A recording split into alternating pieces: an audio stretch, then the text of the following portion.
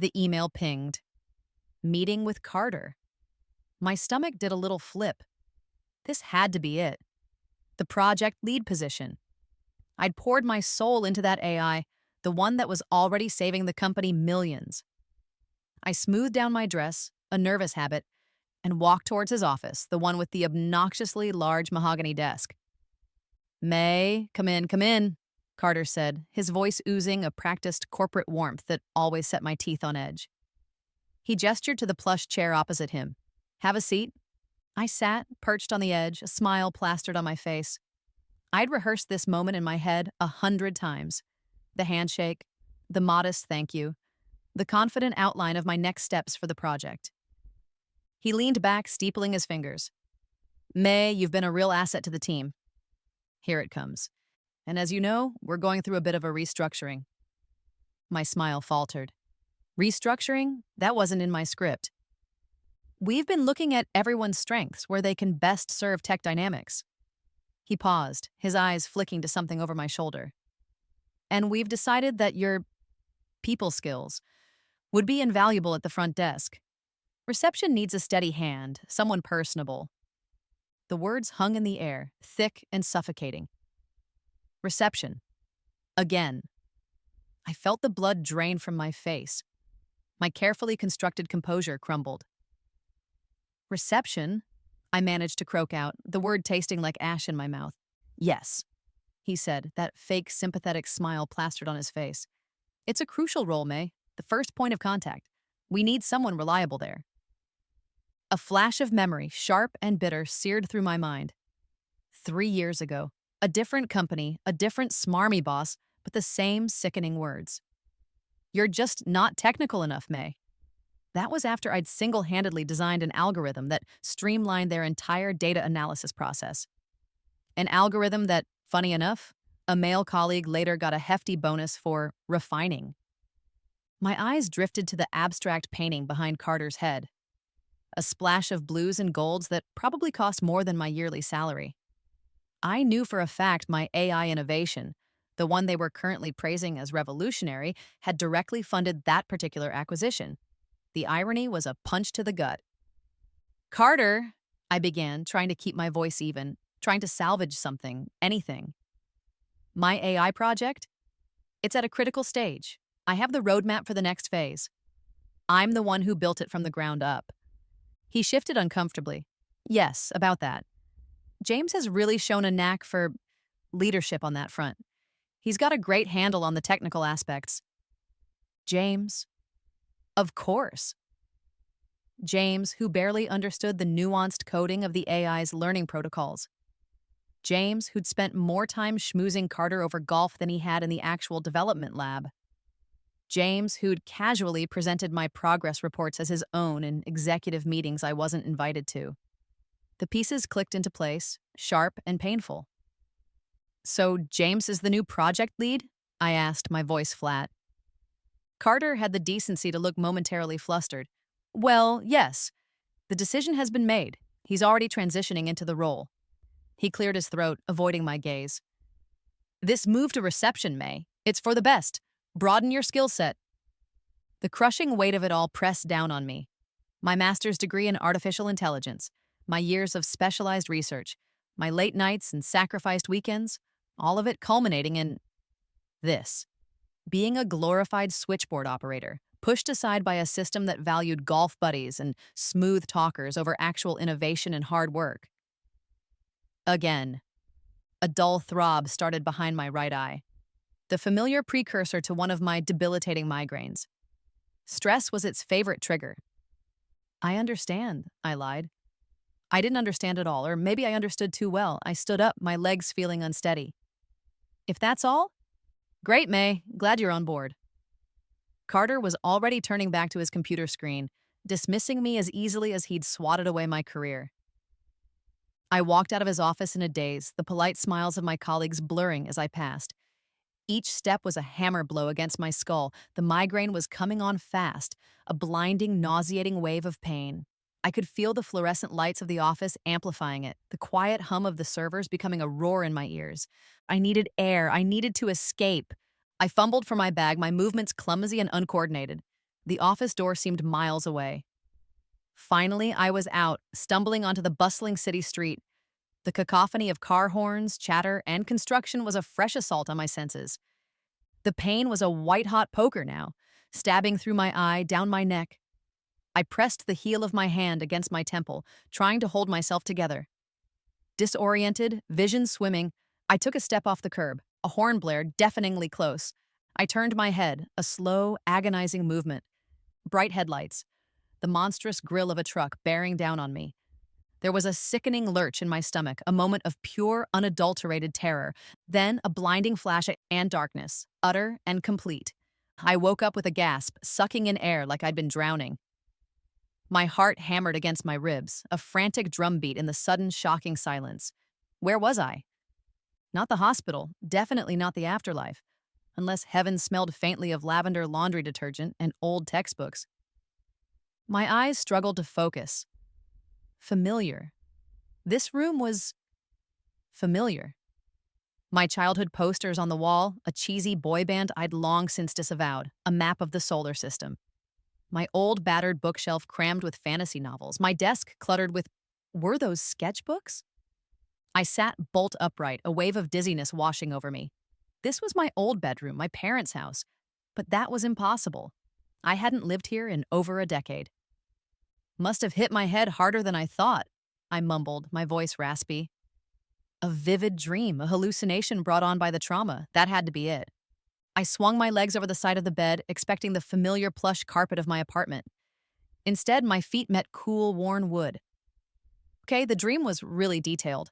I stumbled towards the desk, my reflection catching my eye in the dusty vanity mirror. Younger. My face was younger. Fewer lines around my eyes, a roundness to my cheeks I hadn't seen in years. My hair was longer, styled in a way I hadn't worn it since college. Panic began to bubble in my chest, cold and sharp. This wasn't just a dream. My gaze fell on my old phone, plugged into a charger on the nightstand. An ancient model. I picked it up, my fingers trembling as I pressed the home button. The screen flickered to life. The date stared back at me, stark and unbelievable. October 17th, 2018. 5 years. I was 5 years in the past.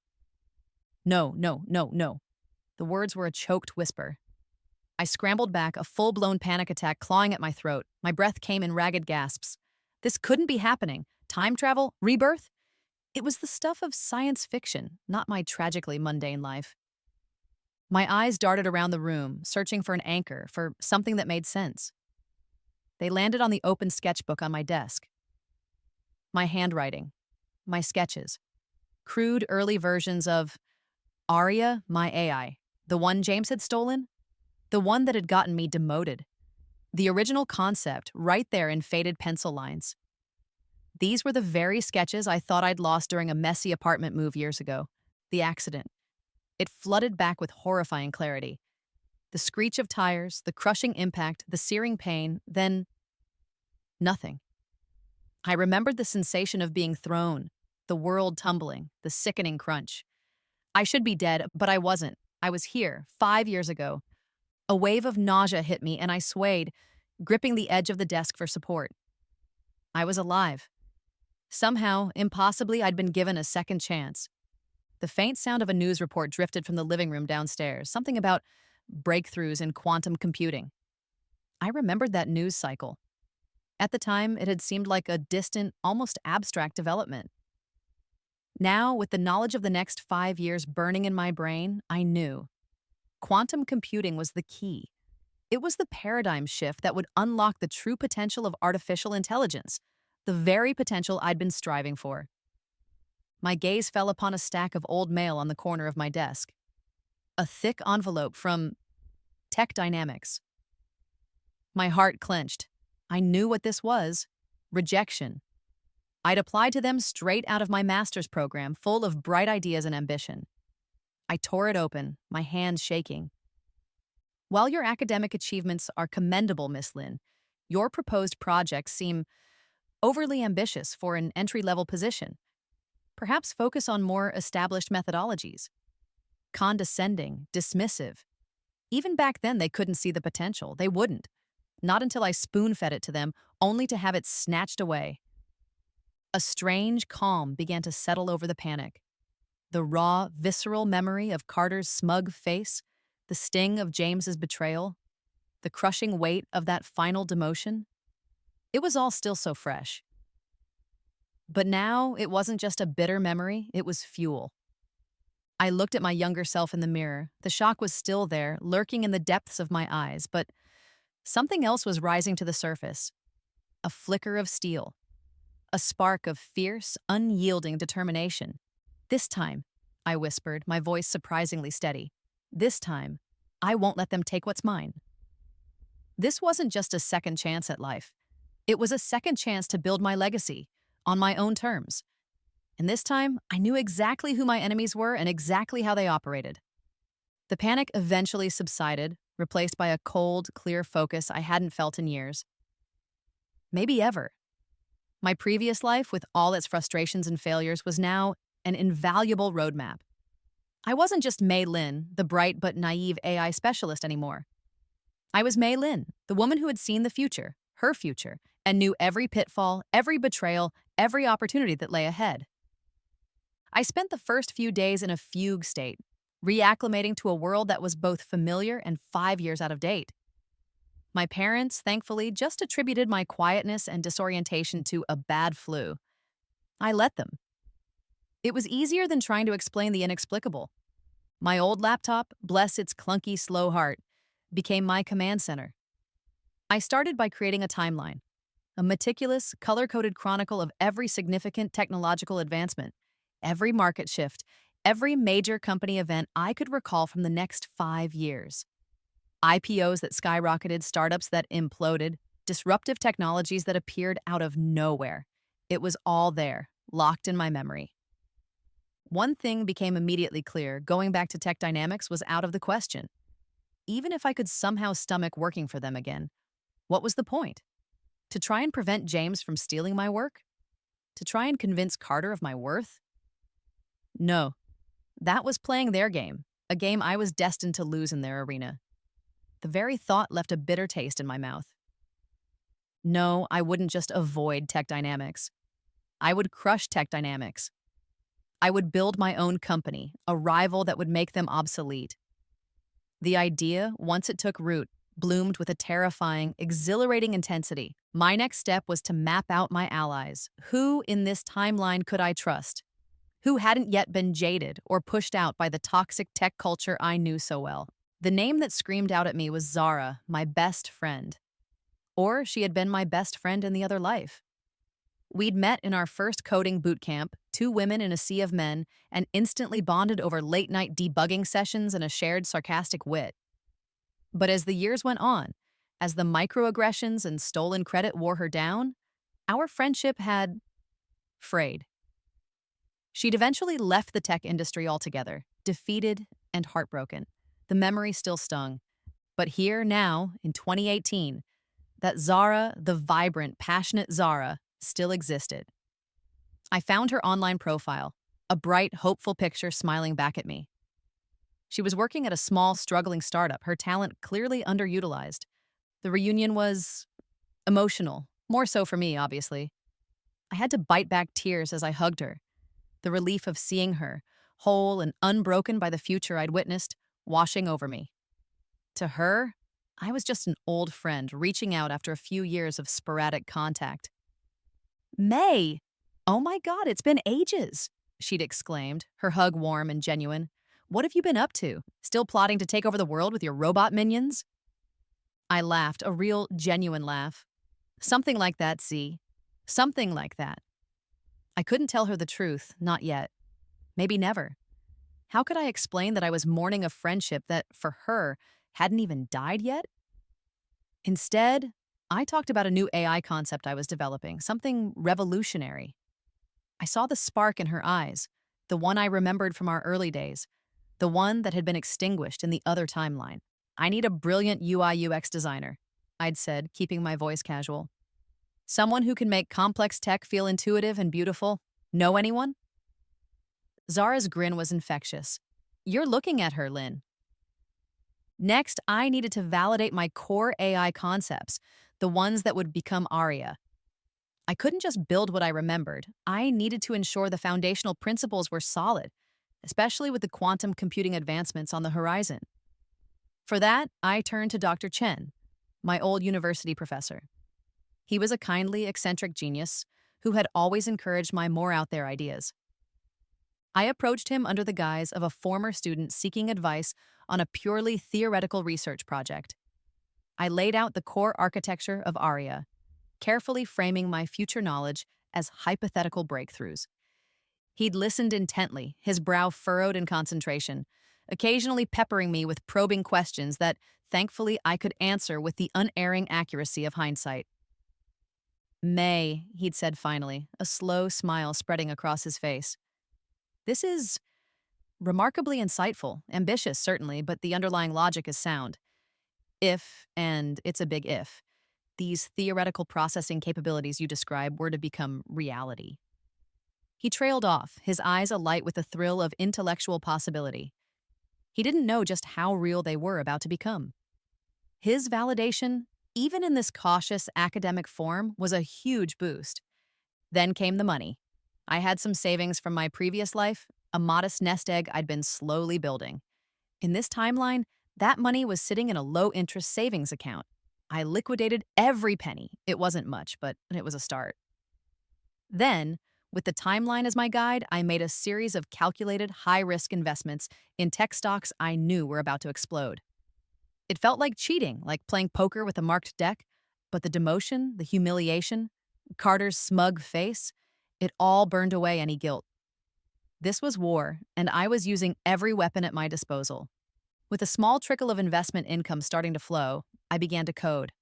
Alone in my old bedroom, surrounded by the ghosts of my past and the blueprints of my future, I started to build Arya, Autonomous Responsive Intelligence Assistant. The name came to me in a flash, a perfect acronym for a system designed to be more than just a tool, but a true cognitive partner. The first breakthrough was small, almost insignificant to an outsider. A few lines of code, a flicker on the screen, and then Arya's primitive voice, synthesized but clear. "Hello, May. I am Arya. How can I assist you today?" Tears welled in my eyes. It wasn't the sophisticated AI I knew she would become, not yet. But it was a start. It was my start. The path wasn't always clear, even with my future knowledge. Nightmares plagued me, vivid replays of the accident, of Carter's condescending dismissal, of James's smirking triumph. And sometimes I'd wake up in a cold sweat, convinced the rebirth was a delusion, a dying dream of a woman crushed by a truck and her own failures. The fear that I was truly losing my mind was a constant gnawing companion. But then I would look at my timeline, at the stock market ticking upwards exactly as I predicted, at the lines of Arya's code growing more complex each day, and the fear would recede, replaced by that cold, hard resolve. I wasn't delusional. I was remade. And I had work to do. The stock investments paid off just as I knew they would. It wasn't millions, not yet, but it was enough. Enough to escape my parents' house, enough for a cramped apartment, and, most importantly, enough to rent a small, dusty office space in a decidedly unglamorous part of town. The peeling paint and flickering fluorescent lights were a far cry from the sleek, glass and steel monolith of Tech Dynamics, but it was mine. It was Rebirth AI's first home. Zara was my first official hire, or more accurately, my co-founder. I couldn't offer her much in the way of salary, just a tiny stipend and a hefty chunk of equity. But I offered her something more valuable. A vision. A chance to build something truly groundbreaking from the ground up, without the soul-crushing bureaucracy and misogyny of the established tech world. "So, we're really doing this?" she'd asked, a mixture of excitement and trepidation in her eyes, as we stood in the empty shell of our new office, the smell of old carpet and faint desperation clinging to the air. "We're really doing this," I confirmed, a grin spreading across my face. "Welcome to Rebirth AI, Chief Creative Officer." Her laughter echoed in the small space, bright and hopeful. I like the sound of that. We needed more technical firepower, though. My coding skills were decent, but Arya's potential complexity was immense. I knew exactly who I needed. Kai. In my previous timeline, Kai was a legendary programmer, a reclusive genius who'd been headhunted by a top-tier research lab after a series of brilliant but largely uncredited contributions to open-source AI projects. He was notoriously socially awkward, preferring the company of algorithms to humans, and had been repeatedly overlooked by major tech companies in his early career because he bombed every personality-driven interview. Finding him in this 2018 timeline was easier than I expected. He was drifting, doing freelance coding gigs, his brilliance simmering beneath a veneer of shyness and a distinct lack of self-promotion. I approached him not with a corporate pitch, but with a problem. A complex coding challenge related to Arya's neural network. I emailed him the specs, a snippet of my existing code, and a simple message. Think you can crack this? His reply came less than 12 hours later. A beautifully elegant string of code that not only solved my problem but improved upon my initial architecture in ways I hadn't even considered. Attached was a single sentence. This is interesting. What is it? I met him at a noisy, crowded coffee shop. He hunched over his laptop, barely making eye contact, his fingers flying across the keyboard as I explained the vision for Arya. He didn't say much, just nodded occasionally, his eyes fixed on the screen where I sketched out the system architecture. It's ambitious, he said finally, his voice quiet. I know, I replied. Can you help me build it? A ghost of a smile touched his lips. Yes. And just like that, the core team of Rebirth AI was formed. May, the visionary leader, driven by a past she couldn't reveal. Zara, the creative force, breathing life and usability into complex technology. Kai, the technical implementer, the quiet engine turning abstract ideas into functional reality. We were a motley crew, underfunded and operating out of a shoebox, but we had talent, passion, and a shared belief in what Arya could become. Our first investor meeting was a disaster. Two slick venture capitalists in identical Navy suits listened to my pitch with expressions of polite boredom, their eyes glazing over when I tried to explain the nuances of Arya's adaptive learning capabilities. So it's a smarter Siri? One of them asked, a condescending smirk playing on his lips. It's much more than that, I began, trying to keep the frustration out of my voice. Arya is designed to integrate and automate complex administrative workflows across an entire organization. It learns. It adapts. It anticipates needs. Right, the other one cut in, already glancing at his watch. Look, Miss Lynn, it's a crowded market. Voice assistants are a dime a dozen. Come back when you have a working prototype and maybe some actual users. They'd patronized us, dismissed us, and shown us the door within 15 minutes.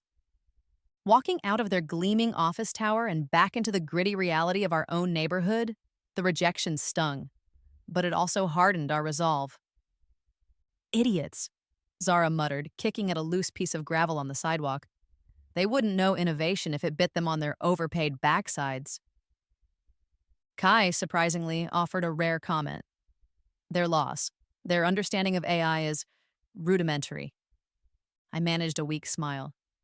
He's right, they don't see it yet, but they will. The rejection was just another obstacle, another echo of the dismissals I'd faced in my past life. This time, though, I wasn't alone. We regrouped. The investor cash would have accelerated things, but we weren't dead in the water. We still had my dwindling investment returns and a burning desire to prove everyone wrong. It was then I made a critical early decision, a symbolic one. We focus on the receptionist and administrative assistant functions first, I announced to Zara and Kai during a late-night strategy session fueled by cheap pizza and lukewarm coffee.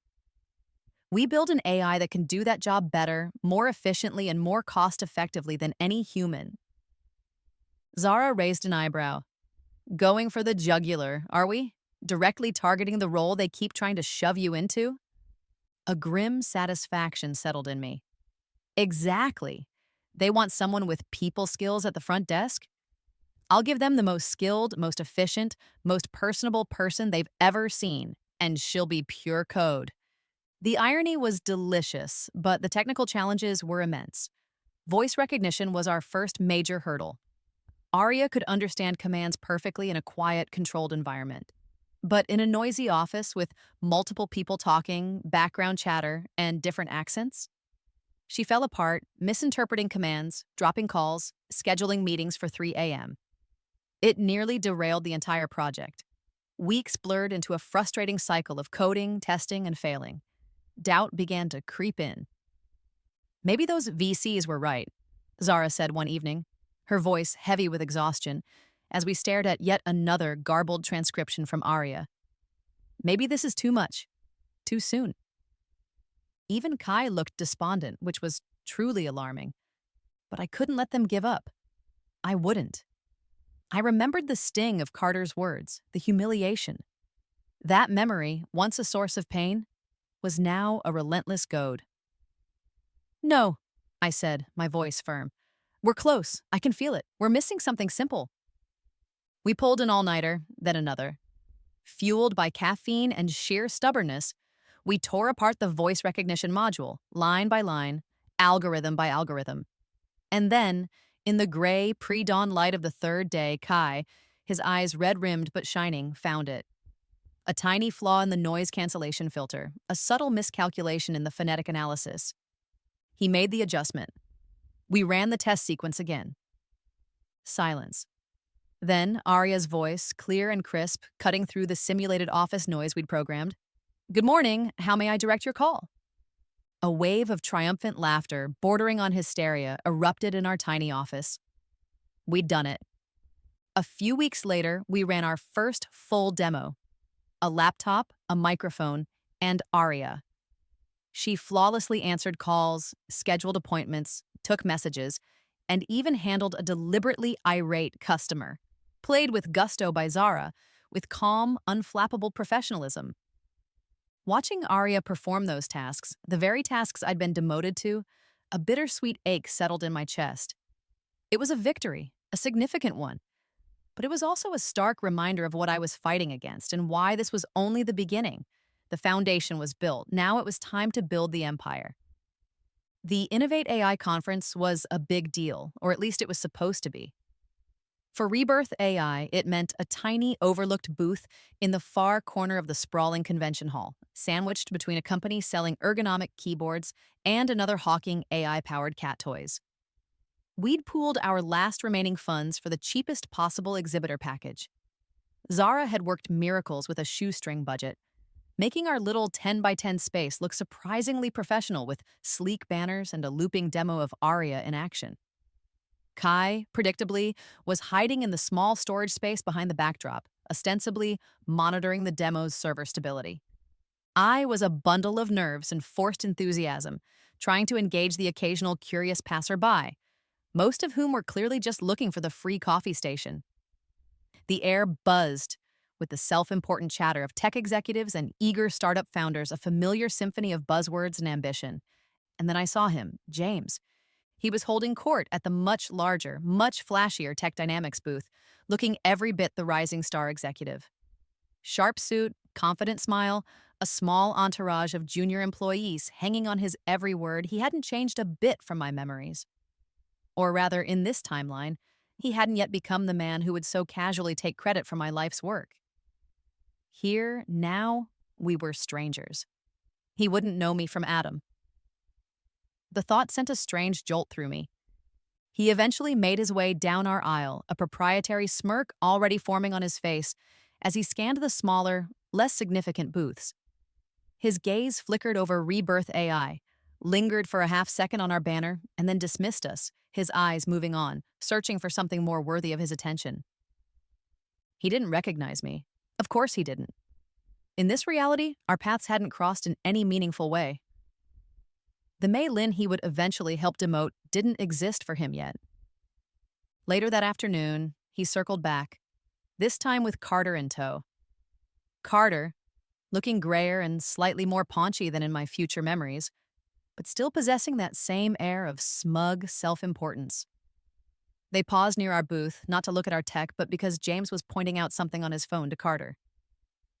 I held my breath, my heart hammering. This was it. My two nemeses, together, right in front of me. James finally deigned to glance at our demo, which was showcasing Arya smoothly handling a complex call routing scenario. He watched for a moment, then leaned towards Carter and said, his voice carrying clearly in a lull in the hall's noise, "Another voice assistant. Cute. Every student with a laptop thinks they can build one these days." He chuckled, a dismissive, condescending sound that grated on my nerves like nails on a chalkboard. Carter nodded sagely. "The market's saturated. We need real innovation, not just more of the same." He clapped James on the shoulder. "Good work identifying that acquisition target this morning, by the way. Smart move to absorb their talent before they become a nuisance."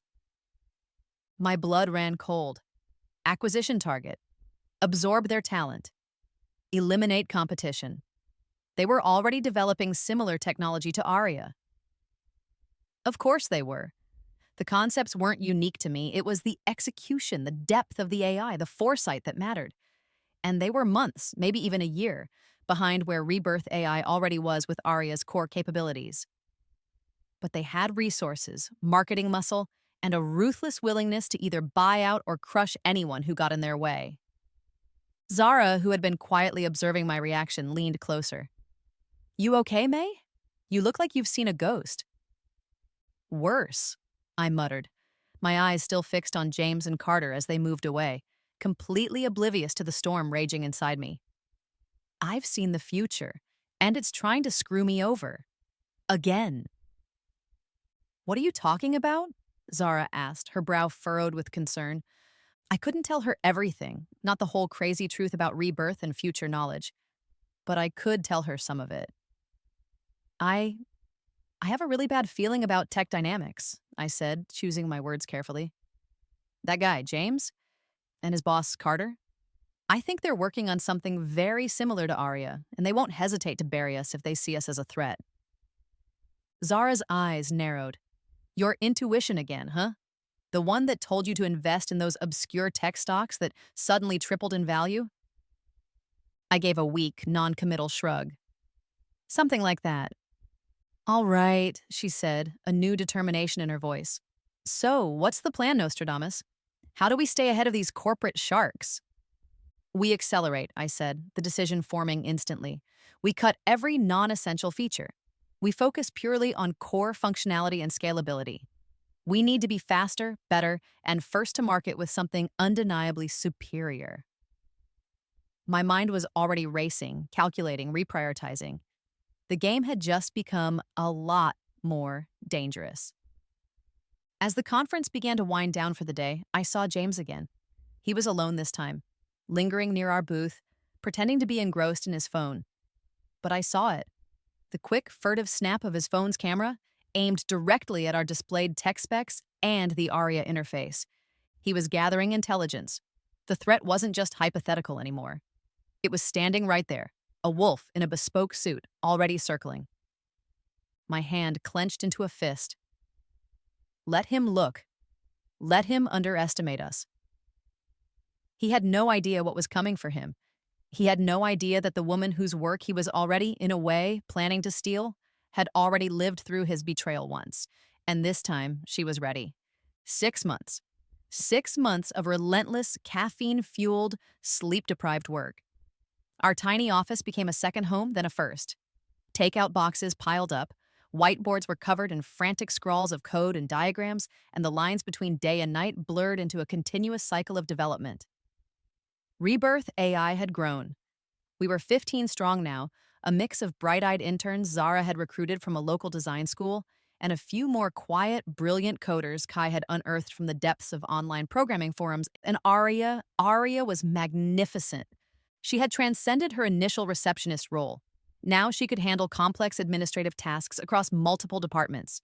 She could draft emails, manage schedules for entire teams, process invoices, generate reports, and even perform basic customer service inquiries with an unnerving level of accuracy and empathy. Her learning algorithms had become incredibly sophisticated. She adapted to new tasks with astonishing speed, her voice and conversational abilities becoming more nuanced and natural with each passing week.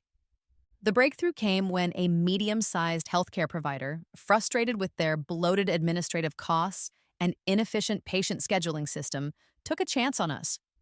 They were drowning in paperwork, their staff overwhelmed, their patients complaining. They needed a lifeline.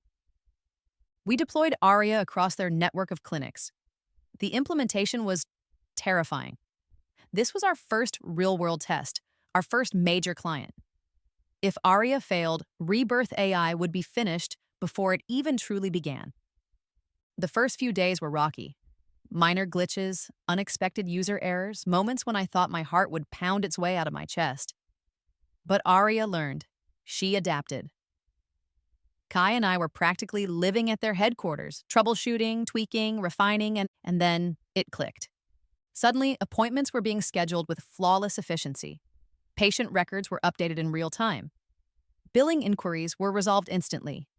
The clinic staff, initially skeptical, started to look at the Arya interface with something approaching awe. The relief on their faces was palpable. The success was transformative. The healthcare provider sang our praises, and suddenly, Rebirth AI wasn't just another anonymous startup. We were innovators. We were the company with the AI that actually worked. Media requests started trickling in. Industry blogs buzzed with our name. We were on the map. I should have been ecstatic, and I was mostly. But a sliver of unease, a familiar shadow from my past life, kept me from fully enjoying the moment. Trust didn't come easily to me anymore. My unease, it turned out, was horrifyingly prescient. It was Kai who discovered it. He'd been running a routine security audit, something he did with meticulous, almost paranoid regularity. He found an anomaly, a faint, almost undetectable data leak. Tiny packets of information, siphoned off our servers, routed through a series of anonymous relays, but ultimately traceable. He came to me late one evening, his face paler than usual, his hands visibly shaking. He didn't say a word, just laid a printout on my desk. It was a list of IP addresses, and at the bottom, one was circled in red. Tech Dynamics Corporate Headquarters. Betrayal. The word hit me with the force of a physical blow. Someone on my team, someone I trusted, was feeding information to James and Carter, and my mind reeled. Who? Why? The evidence pointed, unbelievably, to Kai himself. The breach originated from a backdoor account, one with high-level privileges. An account only a handful of us had access to.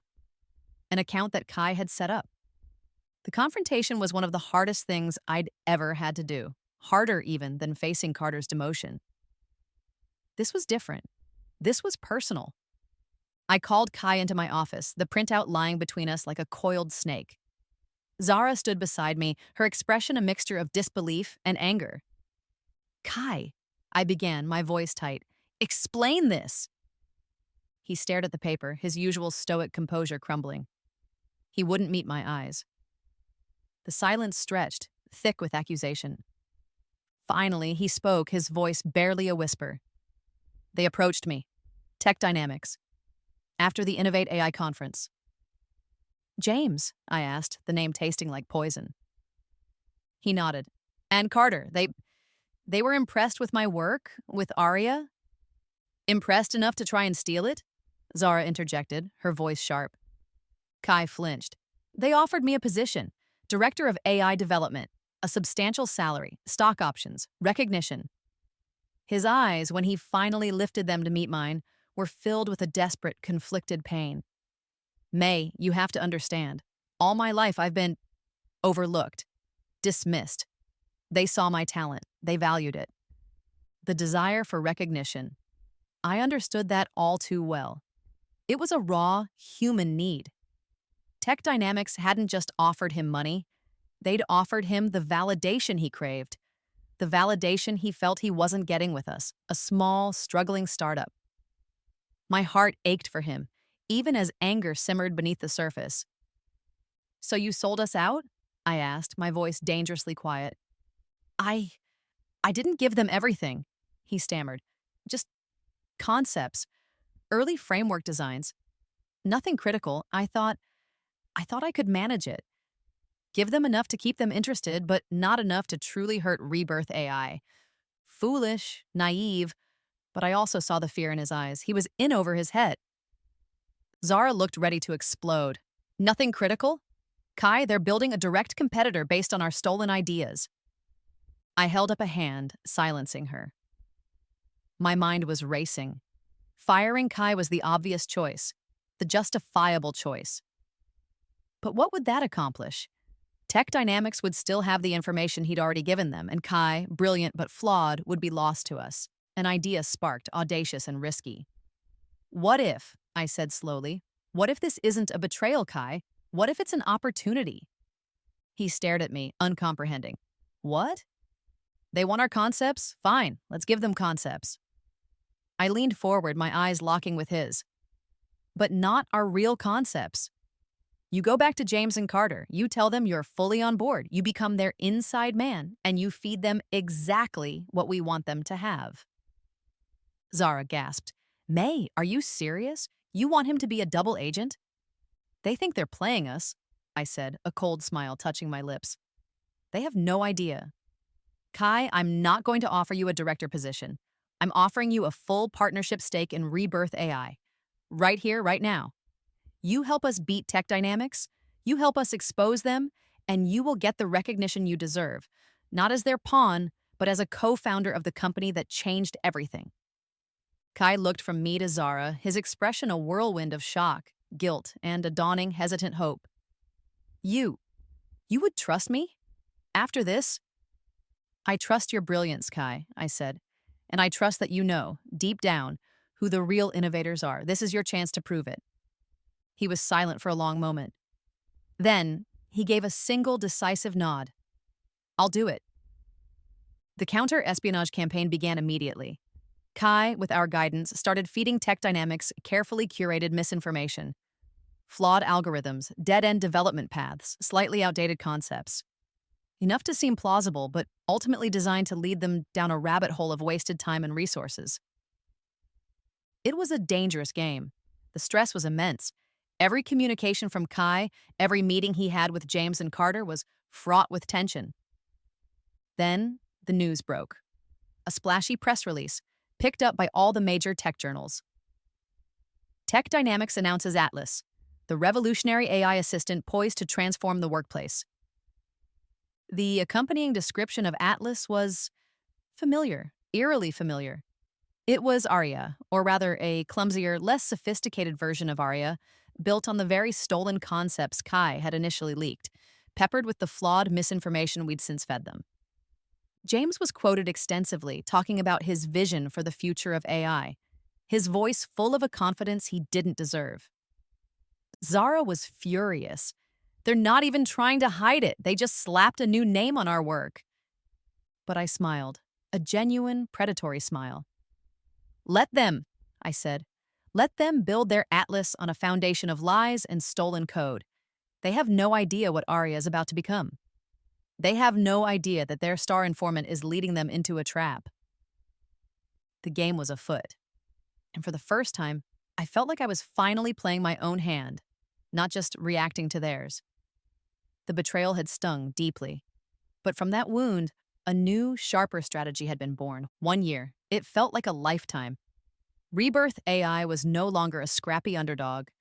We were a recognized innovator, a disruptive force. Arya was making waves, and our client list was growing steadily.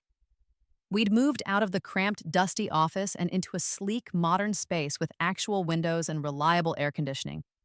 We were, by all external measures, a success story. But success, I was learning, had a steep price.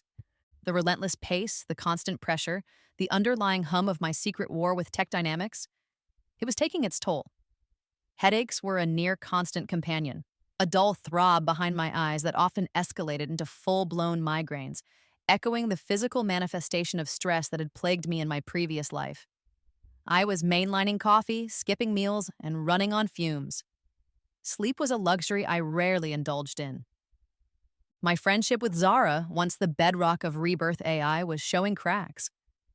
My single-minded focus on beating Tech Dynamics, on pushing Arya to be better, faster, more revolutionary, had become an obsession. And Zara, my loyal, brilliant Zara, was starting to feel the strain. May, you need to slow down, she'd said one evening, finding me still at my desk long after everyone else had gone home. There were dark circles under her eyes, a wariness that mirrored my own. We're hitting our targets. Arya's incredible, but you're going to burn yourself out. You're going to burn us out. We can't slow down, Z, I'd replied, not looking up from the lines of code blurring on my screen. Tech Dynamics isn't slowing down. James and Carter are still out there, pushing Atlas, trying to undermine everything we've built. This isn't just about Tech Dynamics anymore, is it? She asked quietly, her voice laced with a sadness that cut through my exhaustion. This is about revenge, isn't it? I flinched. Her words hit too close to home. Was she right? Had my quest for redemption, for justice, twisted into something darker, something all-consuming? My personal life was non-existent. I'd tried. There was Alex, a kind, intelligent architect I'd met at a painfully awkward networking event. He was funny, grounded, and seemed genuinely interested in me, not just Mei Lin, CEO of Rebirth AI. We'd gone on a few dates. Each one had been a disaster. My attention constantly pulled back to my phone, to Arya, to the latest intel Kai had managed to smuggle out of Tech Dynamics.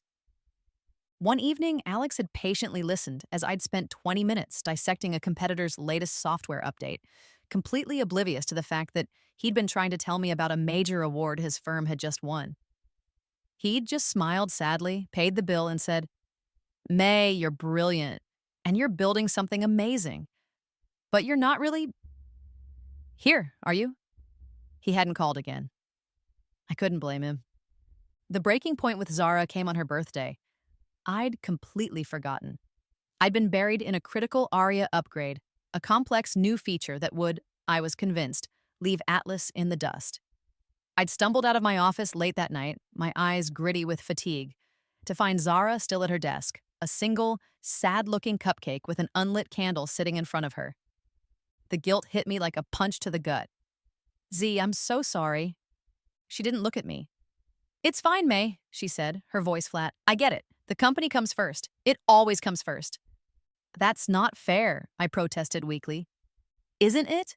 She finally turned, her eyes flashing with a rare anger. "When was the last time we just talked, May? Not about Arya, not about Tech Dynamics, not about work. When was the last time you asked me how I was doing?" Her words stung because they were true. I had become so focused on the mission, on the fight, that I'd started to neglect the very people who were fighting alongside me. "You're becoming like them, May," she said, her voice dropping to a whisper. "The people you despise, driven, obsessed, willing to sacrifice anything and anyone to win." The accusation hung in the air, heavy and suffocating. I wanted to scream, to deny it. I wanted to tell her everything about the rebirth, about James and Carter, about the demotion, about the truck. I wanted her to understand why I was so driven, why I couldn't stop. The words were right there on the tip of my tongue. "Zara, I've lived this before. They destroyed me. I can't let it happen again." But I couldn't. The risk was too great. She'd think I was insane. It would destroy what little trust remained between us. So I said nothing. I just stood there, helpless, as the chasm between us widened. Later that night, alone in my sterile apartment, the panic attack hit. It came out of nowhere, a sudden, crushing wave of anxiety that left me gasping for breath on my living room floor.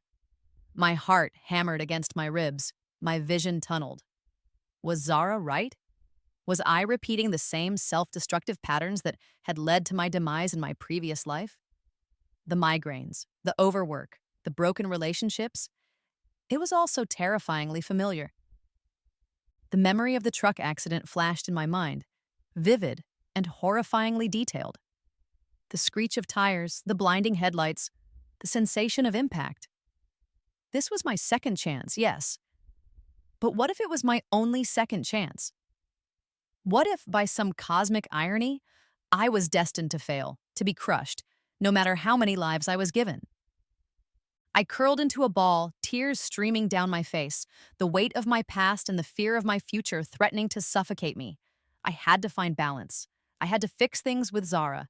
I had to be more than just the CEO, more than just the Avenger. I took a deep, shuddering breath, then another. Resolution solidified within me. Tomorrow, I would talk to Zara, properly talk. Tomorrow, I would start taking care of myself. Tomorrow, things would be different.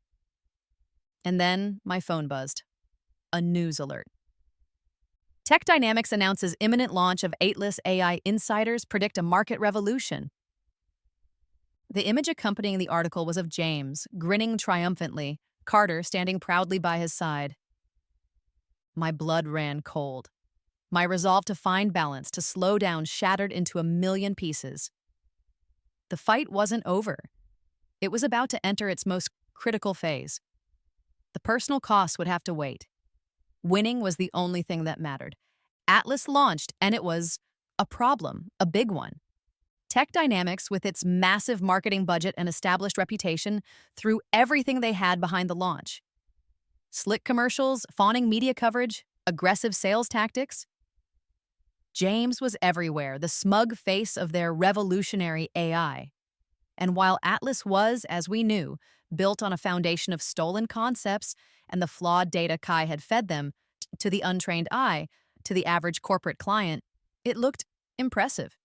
The market impact was immediate and brutal.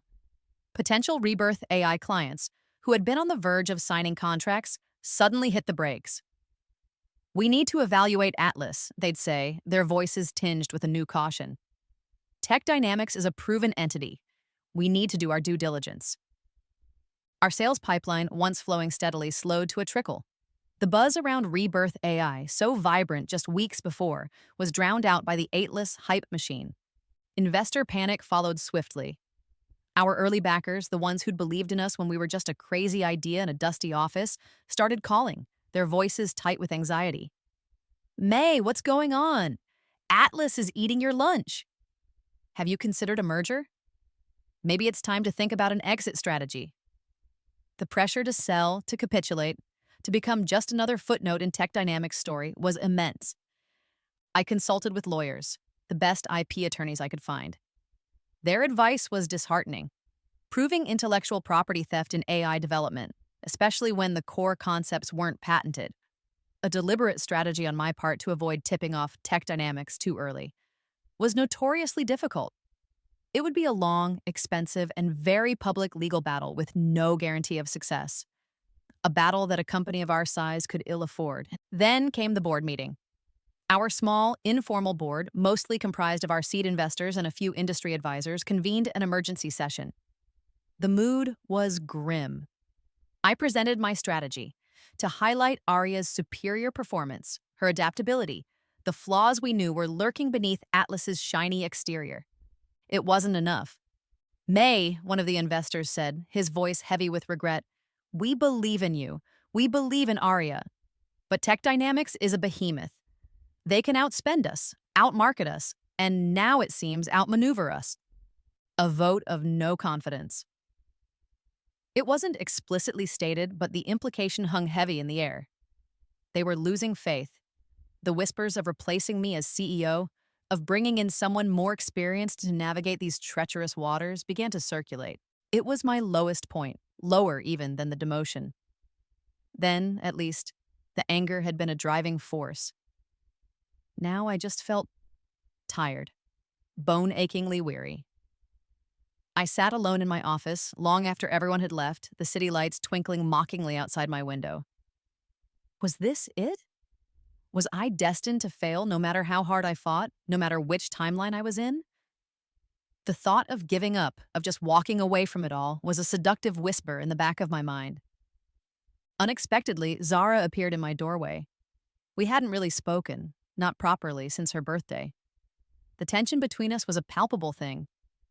She didn't say anything at first, just walked over and placed a container of lukewarm takeout noodles on my desk. "You haven't eaten all day," she said quietly. "Not hungry," I mumbled, staring blankly at my computer screen. "May," she said, her voice soft but firm, "I know things are bad, and I know I've been distant. But I haven't lost faith in you, or in Arya." Her words were a tiny spark in the overwhelming darkness. "Even after everything?" She pulled up a chair. "You're obsessed, May, and you're a terrible friend sometimes."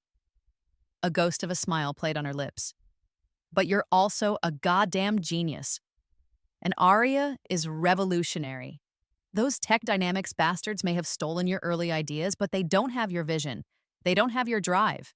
She paused. "And they don't have Kai feeding them garbage code?" A choked laugh escaped me. "Small mercies." "We'll figure this out," she said, her gaze unwavering. We always do. Her unexpected support was a lifeline. It didn't solve our problems, but it reminded me that I wasn't entirely alone in this fight. Just when I thought things couldn't get worse, they did.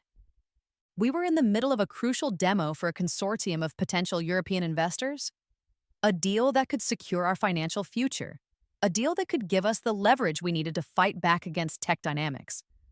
Arya was performing flawlessly, impressing the initially skeptical investors with her speed, her intelligence, her adaptability. And then the system crashed. Not just a minor glitch, a full-scale, catastrophic system failure. Arya's interface went dark. Warning lights blazed across our server monitors. Every function, every capability just gone. Panic erupted in the demo room. Our engineers, led by a frantic Kai, scrambled to diagnose the problem. But it was no use. Arya was dead in the water. The investors, their faces grim, packed their briefcases and left. Their polite but firm, "We'll be in touch," a clear death knell for the deal. Later that night, after the dust had settled, Kai delivered the devastating news. "It was a cyber attack," he said, his voice hoarse with exhaustion and fury. "Sophisticated, brutal. They targeted Arya's core operating system, corrupted the primary data clusters. It's bad, May." "Tech dynamics?" I asked, though I already knew the answer. He nodded, his jaw tight. "The digital fingerprints are faint, routed through a dozen shell corporations, but the signature, it has their hallmarks. It was a professional hit job. They weren't just content to outmarket us, they were actively trying to destroy us, to wipe Arya and Rebirth AI off the face of the earth." I sank into my chair, the weight of this latest blow crushing me. Stolen ideas, market manipulation, and now, outright sabotage. James and Carter were playing for keeps. I stared at the lines of corrupted code on Kai's monitor, a meaningless jumble of symbols that represented months, years of our hard work, now twisted and broken. It was a disaster, a monumental setback. But as I looked at that corrupted code, a strange sense of calm, a cold, clear fury began to solidify within me. They thought they could break Arya? They thought they could break me? A flicker of an idea, a radical, almost insane thought, sparked in the darkness of my despair. They had attacked Arya's core, they had ripped her apart, and in doing so, they had inadvertently shown me how to make her infinitely stronger. I looked at Kai, a new, almost feral light in my eyes. "Get Zara," I said, my voice low and intense, "and clear my schedule. I'm going offline. Arya isn't just going to be fixed. She's going to evolve." They had tried to bury us. They had no idea they'd just planted a seed. 3 months. 3 months of self-imposed exile. I moved a bed into my office, subsisting on takeout and the adrenaline of a breakthrough that felt tantalizingly close. The world outside Rebirth AI faded away. There was only me, the silent hum of the servers, and the ghost of Arya's corrupted code. My team, I knew, was worried. Zara and Kai ran the company in my absence, handling damage control, trying to reassure our remaining clients, and increasingly nervous investors. They'd knock on my locked office door, leaving food, coffee, notes of encouragement. Zara, bless her, even left a small potted succulent, a tiny speck of green in my sterile, code-filled cave. I appreciated their concern, their loyalty, more than words could say. But I couldn't let them in. Not yet. This was something I had to do alone. The cyber attack, as devastating as it had been, had exposed a fundamental vulnerability in Arya's architecture. A vulnerability I, in my haste to compete with tech dynamics, had overlooked. But it had also shown me a path forward, a way to rebuild Arya not just as she was, but as something far more powerful, far more resilient. I wasn't just patching code. I was rethinking the very essence of Arya. I delved into the quantum computing research I'd only peripherally followed in my previous life, knowledge that now felt like a prescient gift. I experimented with new neural network models, with self-healing algorithms, with concepts so far beyond what Atlas was attempting, they were in a different galaxy. And then it happened. One late night, or perhaps it was early morning, time had lost all meaning. As I compiled a new string of code, something clicked. The system hummed, a new, deeper resonance. And Arya's voice, clearer, richer, more intelligent than ever before, filled the silence of my office. "Welcome back, May," she said. "It appears we have undergone a significant upgrade." Tears streamed down my face. It wasn't just Arya 1.0, resurrected. This was Arya 2.0. She wasn't just an assistant anymore. She was a fully adaptive AI system. She didn't just perform tasks. She learned, she grew, she anticipated, she strategized. The key innovation, the one that would leave Atlas choking on its stolen code, was her ability to perform complex, interconnected tasks across multiple departments, not just in isolation. She could analyze sales data, identify marketing opportunities, optimize supply chains, manage human resources, and integrate it all into a cohesive, evolving operational strategy. She was no longer just a tool for administrative efficiency. She was a cognitive engine for organizational intelligence. I finally unlocked my office door, blinking in the sudden brightness of the main workspace, looking like a hermit emerging from a cave. Zara and Kai rushed towards me, their faces etched with a mixture of relief and apprehension. "May, are you okay?" Zara asked, her eyes scanning me for signs of a complete mental breakdown. I just smiled, a tired but triumphant grin. "Better than okay," I said. "Meet Arya 2.0." The unveiling was quiet, internal, just our team. But the impact was seismic. As I demonstrated Arya 2.0's new capabilities, I saw jaws drop. I saw excitement, awe, and a renewed sense of purpose ignite in their eyes. We weren't just back in the game, we were about to change it. Our strategic pivot was immediate. Tech Dynamics with Atlas was still focused on the large corporate market, on replacing receptionists and administrative staff, the very roles they'd tried to confine me to. Fine. Let them have that saturated, increasingly commoditized space. Rebirth AI with Arya 2.0, would target the industries Tech Dynamics was ignoring. Education revolutionizing how universities managed student services, research grants, and alumni relations.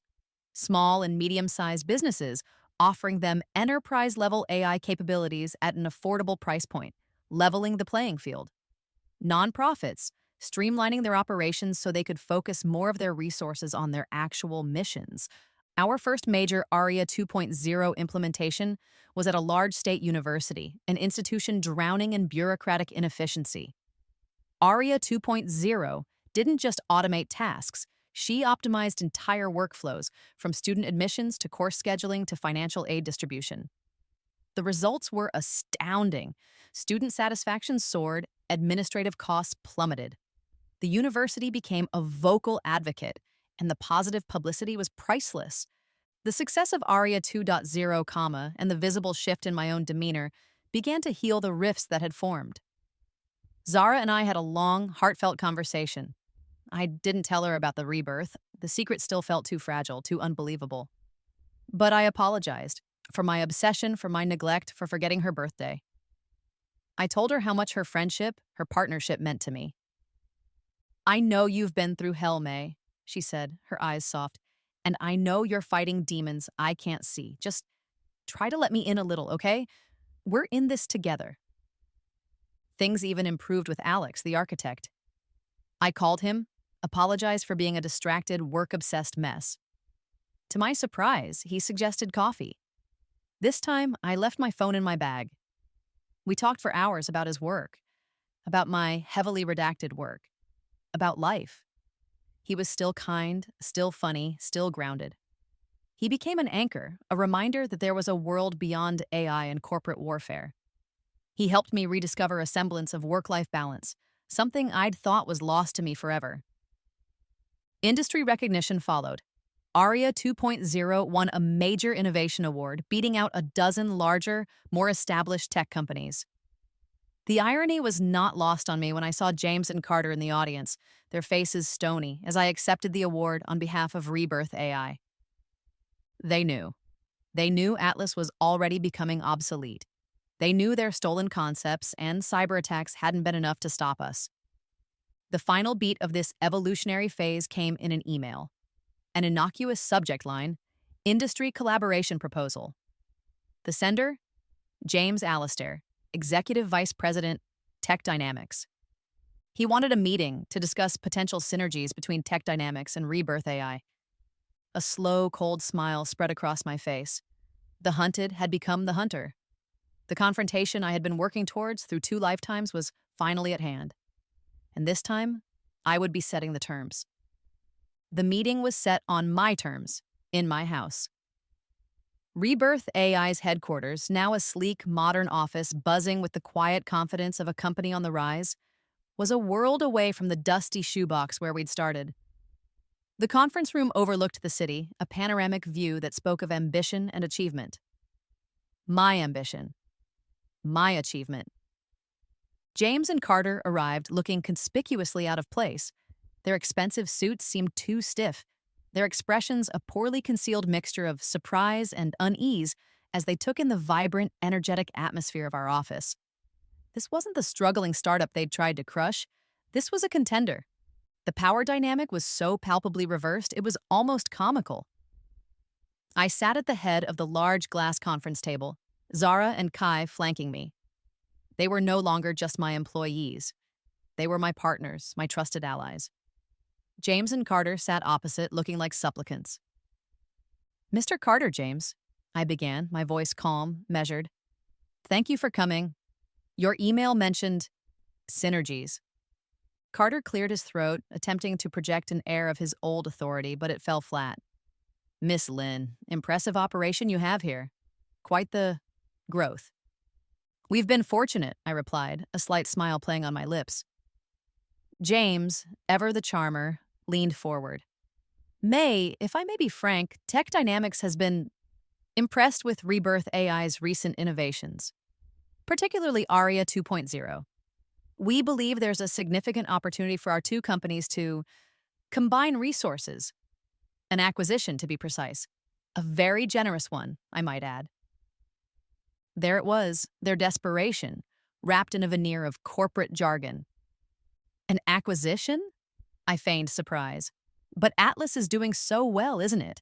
The market leader by all accounts?" My voice was laced with a subtle irony that wasn't lost on Zara, who shot me a knowing glance. James's smile tightened. Carter shifted uncomfortably. "Atlas is a strong product," Carter said, choosing his words carefully. "But Arya 2.0 has certain unique capabilities. We see the potential for integration." "Integration," I repeated, drawing the word out. "Or is it that Atlas is failing, Mr. Carter? Is it that Atlas, built on a foundation of, let's call them borrowed concepts, is struggling to keep pace with genuine innovation?"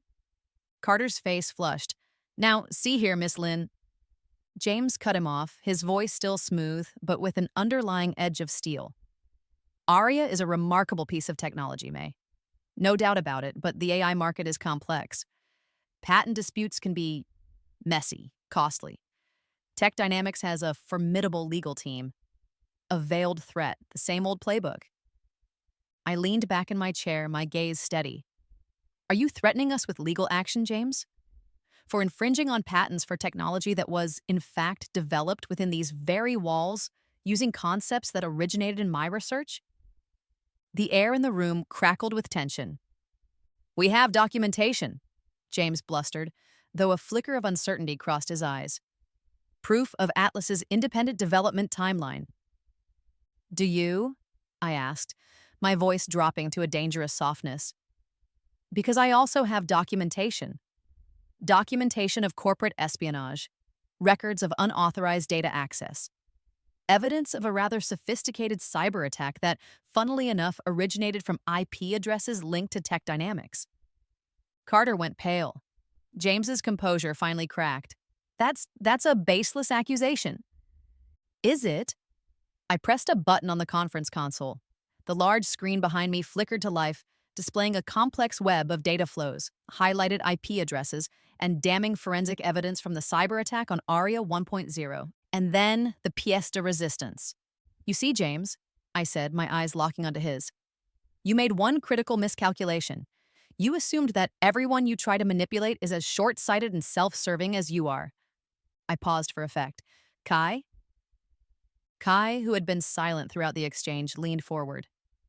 "Mr. Carter, James," he said, his voice clear and steady, all traces of his former timidity gone. "For the past 18 months, while ostensibly feeding you information about Arya's development, I have been meticulously documenting every interaction, every request for proprietary data, every instruction to implant flawed code. I have records of your attempts to recruit me, your offers, your threats. It seems your director of AI development was, in fact, conducting a rather thorough internal audit of Tech Dynamics' less ethical practices." James stared at Kai, his face a mask of disbelief and dawning horror. You were a double agent?" Kai offered a small, almost apologetic smile. "I prefer to think of it as quality assurance, ensuring that only the best AI makes it to market." Carter looked like he was about to have a stroke. This is outrageous." "Is it, Mr. Carter?" I asked, my voice like ice. "Or is it simply the inevitable consequence of your business practices? You built your revolutionary AI on lies and theft. You tried to destroy my company, my life's work. Did you really think there wouldn't be a reckoning?" Silence descended, thick and suffocating. James and Carter were trapped, exposed, their carefully constructed facade shattered. I let them squirm for a moment longer, then I delivered my final offer. "Tech Dynamics is failing," I stated. Not as a question, but as a fact. "Atlas is a sinking ship. You have two choices. You can fight us in court, a very public, very messy battle that will expose every dirty secret you've tried to bury, a battle you will lose, or—" I leaned forward, my expression unyielding. "Or Tech Dynamics can license Arya 2.0 technology, legitimately, at a fair market rate. You will, of course, publicly acknowledge Rebirth AI's superior innovation and issue a formal apology for your misunderstandings. And," I added, the final condition delivered with surgical precision, "Mr. Carter, you will retire, effective immediately. And James, you will resign from Tech Dynamics and sign a non-compete agreement that will keep you out of the AI industry for the next 10 years. Their faces were a study in shock and impotent rage. "You can't be serious," James sputtered. "I have never been more serious in my life," I replied, my voice utterly devoid of emotion. "You tried to demote me to reception, remember? Consider this my restructuring plan." The choice was theirs, ruin or a humiliating but survivable capitulation. The pen, when Carter finally picked it up to sign the preliminary agreement, trembled in his hand. James just stared blankly ahead, a broken man. As they left my office, defeated and diminished, I didn't feel triumph. Not exactly. I felt a quiet sense of closure. The ghosts of my past. The humiliation. The betrayal. They were finally, truly laid to rest. This wasn't just about revenge anymore. This was about justice. And justice today had been served. Cold. 1 year later. The tech world had irrevocably shifted. Arya, in her myriad forms, was no longer just an assistant. She was a comprehensive workplace AI, seamlessly integrating into businesses of all sizes, handling not just administrative functions, but complex logistics, data analysis, customer relationship management, and even creative content generation. News reports, once focused on the novelty of AI, now discussed the profound societal shifts Arya was catalyzing. The Arya effect, how intelligent automation is reshaping the global workforce. The end of admin, AI assistants reach new levels of sophistication.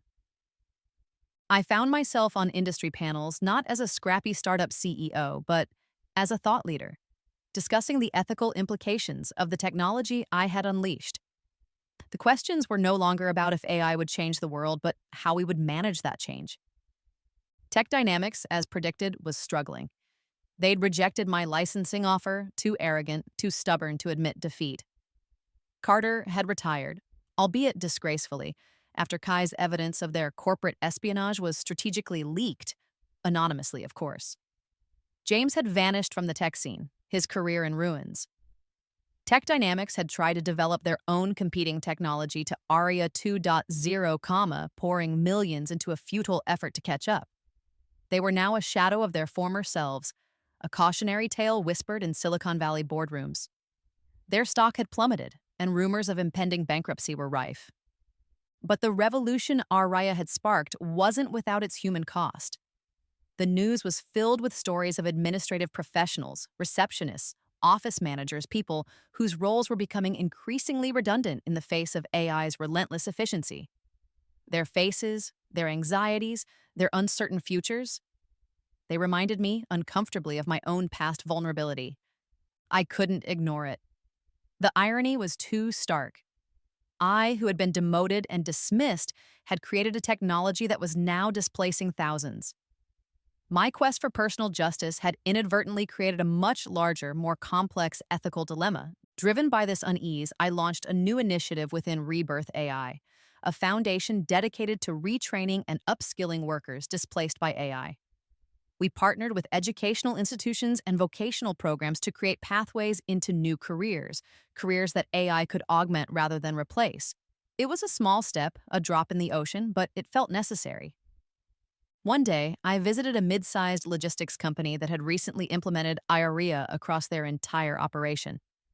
The CEO was effusive, showing me charts of skyrocketing efficiency and plummeting overheads. Arya has revolutionized our business, Miss Lin. We're leaner, faster, more profitable than ever before. As he spoke, I noticed the reception desk in the lobby. It was empty. Not just empty of a person, but physically empty. The chair was gone. The computer terminal, once manned by a human, was dark. In its place, a sleek, minimalist Arya interface glowed softly. The CEO, noticing my gaze, said cheerfully, "We were able to reallocate our entire administrative team, significant cost savings." Later that day, as part of our retraining initiative, I met with some of the former administrative staff from that logistics company. One woman, Sarah, probably in her late 50s, with kind eyes and a nervous smile, approached me. "Miss Lin," she began, her voice hesitant. I want to thank you. The retraining program. It's given me a chance to learn new skills. I'm starting a course in digital marketing next month." "That's wonderful, Sarah," I said, genuinely pleased. "But," she continued, her smile faltering slightly, "it's also hard. I was a receptionist for 30 years. I liked my job. I liked the people.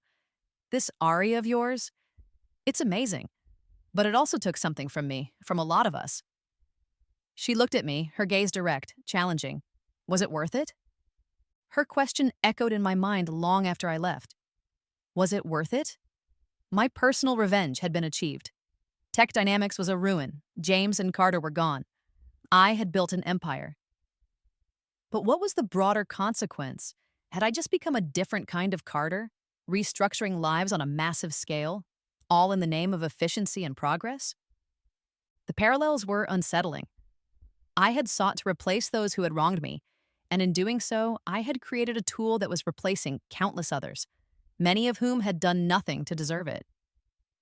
That evening, staring out at the city skyline from my office, the city Arya was now helping to run, I made a decision. Rebirth. AI's next chapter wouldn't be about replacement. It would be about enhancement. It was time to shift the focus, to build AI that augmented human potential, that created new opportunities, rather than just eliminating old ones. The revolution Arya had started was undeniable, but its direction, its ultimate impact on humanity, was still being written. And I realized, with a clarity that was both daunting and exhilarating, that I had a responsibility to help shape that future. My journey, it seemed, was far from over. It was just entering a new, more complex, and perhaps even more critical phase. The irony was almost too perfect. I found myself walking into the lobby of the once mighty Tech Dynamics headquarters. The building itself seemed to sag, a physical manifestation of the company's decline. They were downsizing, selling off assets, a wounded giant slowly bleeding out. And there at the reception desk, or rather, where the reception desk used to be, was an Arya 2.0 interface, its cool blue light a stark symbol of their capitulation. The ultimate, silent victory. My AI, doing the very job they had twice tried to consign me to, now sitting at the gateway of their crumbling empire. My meeting wasn't with the current CEO, a beleaguered interim appointee trying to salvage what little remained. It was with James. He was a ghost of his former self. The arrogant smirk, the bespoke suits, the confident swagger, all gone. He sat in a small, borrowed office surrounded by packing boxes, looking defeated and surprisingly small. He'd been demoted multiple times as the company unraveled, a slow, humiliating descent. I didn't gloat. There was no satisfaction left in his downfall. The fire of my revenge had long since burned out, leaving behind a more complex landscape of responsibility and reflection. "May," he said, his voice raspy, barely meeting my eyes, "thank you for agreeing to see me." "James," I replied, keeping my tone neutral. We talked, or rather, he talked, a rambling, sometimes incoherent account of his regrets, his mistakes, the hubris that had led to his and Tech Dynamics' ruin. He didn't ask for forgiveness, not directly. He seemed to know it was beyond him. Then I made my offer. Rebirth AI is launching a new division, I explained, focused on ethical AI development and workforce transition. We're looking for people who understand the pitfalls, the potential for misuse, people who have learned from their mistakes. I paused. I'm offering you a role, James, a junior research position, contingent on one thing, a full, public acknowledgement of your past actions, the theft, the sabotage, no excuses, no justifications. He stared at me, his eyes wide with disbelief. You'd give me a job after everything? Everyone deserves a chance to contribute to something positive, James, I said, if they're willing to own their past. This isn't about forgiveness. It's about constructive repentance, perhaps. It was a risk, a huge one, but it felt like the right thing to do. A way to turn the final page on that chapter of my life, not with vengeance, but with an attempt at something akin to restoration. He didn't answer immediately, just sat there, the weight of the offer, the weight of his past, settling upon him. Later that week, I found myself standing at an intersection downtown. The same intersection where, in another life, a truck had ended my world and begun it anew. It looked different now. The city had changed, grown. So had I. The memory of the accident was still there, a faint scar, but it no longer held the same terror. It was just a part of my story, a catalyst. My rebirth hadn't just been about personal success, about righting past wrongs. It had, in ways I could never have predicted, set in motion a series of events that were changing the world, forcing conversations, creating new challenges and new opportunities. Dr. Chen, my old professor, had followed Rebirth AI's journey with a mixture of academic pride and awe. We met for coffee just as we had all those years ago when Arya was just a theoretical concept in my mind. "I always knew your ideas were revolutionary, May," he said, his eyes twinkling. "Even when you presented them as hypothetical breakthroughs, there was a certainty about you, even then." He smiled. "You've changed the world, my dear. For better or worse, it's a different place because of you." "I'm still trying to figure out the better part, Professor," I admitted. "That," he said, "is the work of a lifetime."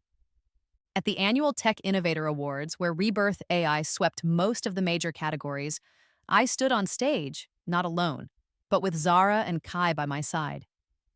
"Arya is not the product of one person's vision," I said, looking directly at them, my voice filled with a genuine gratitude that brought tears to Zara's eyes and even a rare, shy smile to Kai's lips.